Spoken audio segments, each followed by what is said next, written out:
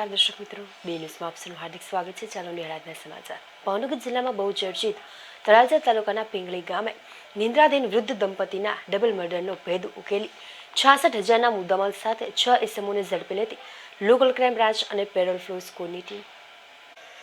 ભાવનગર જિલ્લાના તળાજા તાલુકાના પિંગળી ગામે નિંદ્રાધીન વૃદ્ધ દંપતીની આશરે 6 મહિના પહેલા તીક્ષ્ણ હથિયારોના ઘા ઝીકી હત્યા કરવામાં આવી હતી. શિવાભાઈ અને તેમના પત્ની તેમના ઘરે સૂતા હતા તે દરમિયાન બંનેની હત્યા કર્યા બાદ કોઈ અજાણ્યા શખ્સો ફરાર થઈ ગયા હતા. આ અંગે પોલીસમાં સંજયભાઈ શિવાભાઈ રાઠોડ દ્વારા ફરિયાદ નોંધાવવામાં આવી હતી, જે ફરિયાદ આધારે પોલીસ દ્વારા ગુનાની ગંભીરતાને લઈને ઝીણવટભરી તપાસનો પ્રારંભ કર્યો હતો.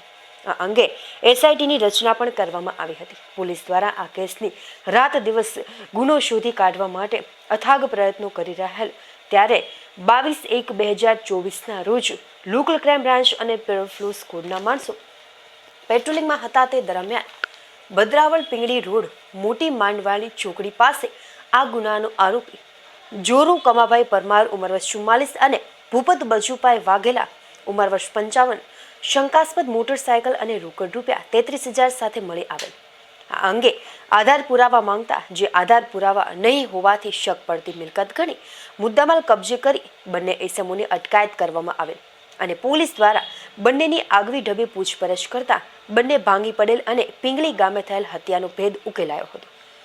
આ હત્યામાં પિંગળી ગામના જ રહીશ રણજીત યાદવ દ્વારા ₹5 લાખની સોપારી આપવામાં આવી હતી, જેને લઈને પોલીસ દ્વારા વધુ પૂછપરછ કરતા આ હત્યામાં સંડોવાયેલ અન્ય 4 લોકો દીપા ઉર્ફે દીપકો કમાભાઈ પરમાર ઉંમર વર્ષ 35, મેરુ ઉર્ફે મેરિયો કમાભાઈ પરમાર ઉંમર વર્ષ 25, પ્રતાપ ઉર્ફે બોડો સામતભાઈ ધોળકિયા ઉંમર વર્ષ 25 અને આ હત્યાની સુપારી આપનાર રણજીત કનુભાઈ યાદવ ઉંમર વર્ષ 44ને પોલીસ દ્વારા ઝડપી લીધા હતા.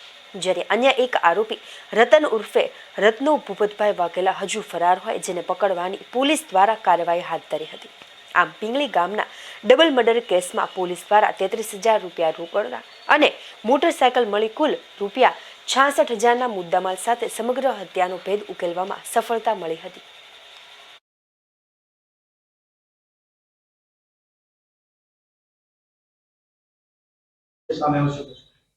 ભાવનગર જિલ્લાના તળાજા પોલીસ સ્ટેશન વિસ્તારના પિંગળી ખાતે 11 જુલાઈ 2023ના રોજ એક ડબલ મર્ડરનો ગુનો દાખલ થયેલો હતો.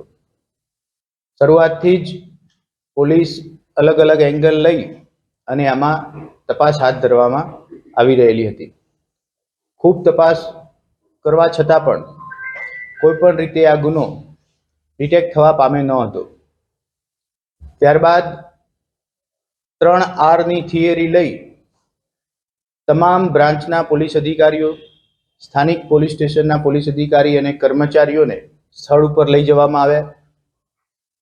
3Rની થિયરીમાં પોલીસ અધિકારી અને કર્મચારીઓએ જાણે આજે જ પહેલી વખત આ ગુનો બન્યો છે એ પ્રકારે પોતાને રિસ્ટાર્ટ કરવાનો પ્રયત્ન કર્યો. રિસ્ટાર્ટ કર્યા બાદ તમામ અધિકારીઓએ પોતાને રીફોકસ કરવાનો પ્રયત્ન કર્યો. ત્યારબાદ આખો ગોલ રીસેટ કરવાનો પ્રયત્ન કર્યો.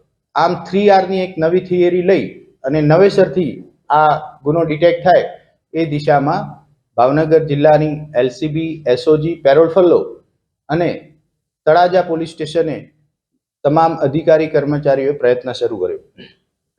ત્યારબાદ પેરોલ ફલ્લોના પીએસઆઈ કૃણાલ પટેલ ને ટેકનિકલ એક લિંક મળી કે આ કામ એક ચોક્કસ પ્રકારના માણસોએ કરેલું હોવાની શક્યતાઓ છે.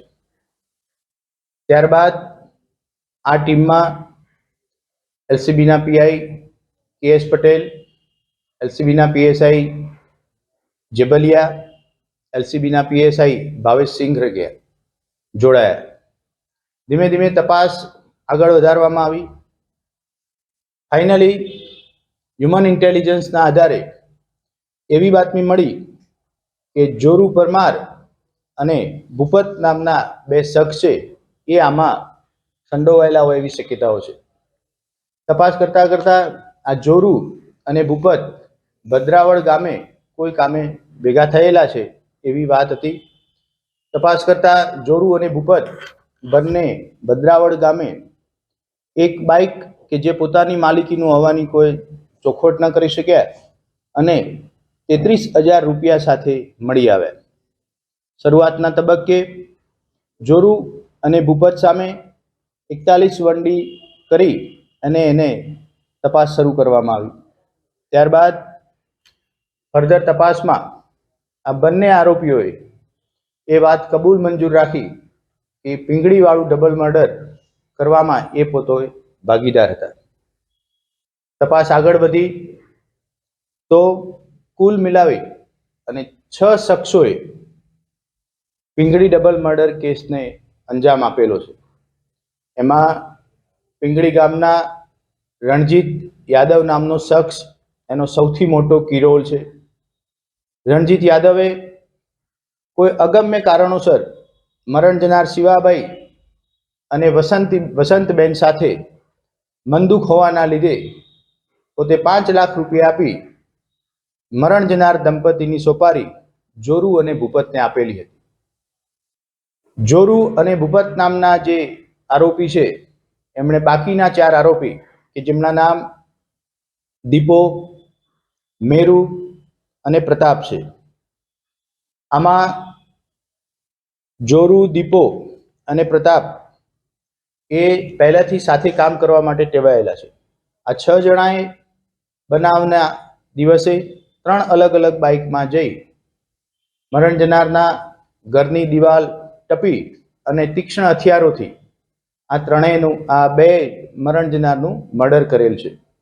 હાલ પોલીસ એ દિશામાં તપાસ આગળ વધારી રહી છે કે જે હથિયારોથી મર્ડર કરવામાં આવેલું છે એ હથિયારો એઝ ઇટ ઇઝ પરિસ્થિતિમાં મળી આવે. જે 5 લાખ રૂપિયા આપી અને આ મર્ડર કરાવવામાં આવેલું છે એ બાકીની રકમ રિકવર થાય. આ 6 આરોપી સિવાય અન્ય કોઈ આરોપી કે અન્ય કોઈ આ સોપારી આપવામાં સંડોવાયેલું છે કે કેમ એ દિશામાં પોલીસ હાલ તપાસ હાથ ધરી રહી છે. સમગ્ર 6 મહિનાની જર્ની દરમિયાન ભાવનગર રેન્જ આઈજી સાહેબ તરફથી સતત માર્ગદર્શન, સલાહ અને સૂચના મળતી રહેતી હતી. ખાસ આ તબક્કે હું પેરોલ ફરલો ટીમના પીએસઆઈ કૃણાલ પટેલ, એલસીબી ટીમના પીઆઈ કેએસ પટેલ, એલસીબીના પીએસઆઈ જેબલિયા, એલસીબીના પીએસઆઈ સિંગરખિયા તથા તળાજા પોલીસની ટીમ અને એલસીબી એસઓજી પેરોલ ફરલોના તમામ અધિકારીઓ કે જે છેલ્લા 6 મહિનાથી સતત આ જ દિશામાં વિચારી રહ્યા હતા. સતત 6 મહિના સુધી કોઈ પણ 48 કલાક એવા નથી કે જેમાં અધિકારી લેવલે આનો રિવ્યૂ ન થયો હોય. તો હું તમામને ખૂબ ખૂબ અભિનંદન પાઠવું છું.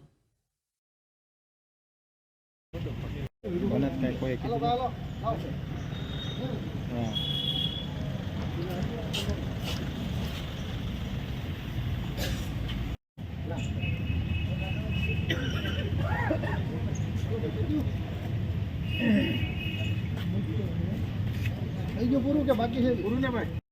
જે મરનાર વસંતબેન છે, વસંતબેનના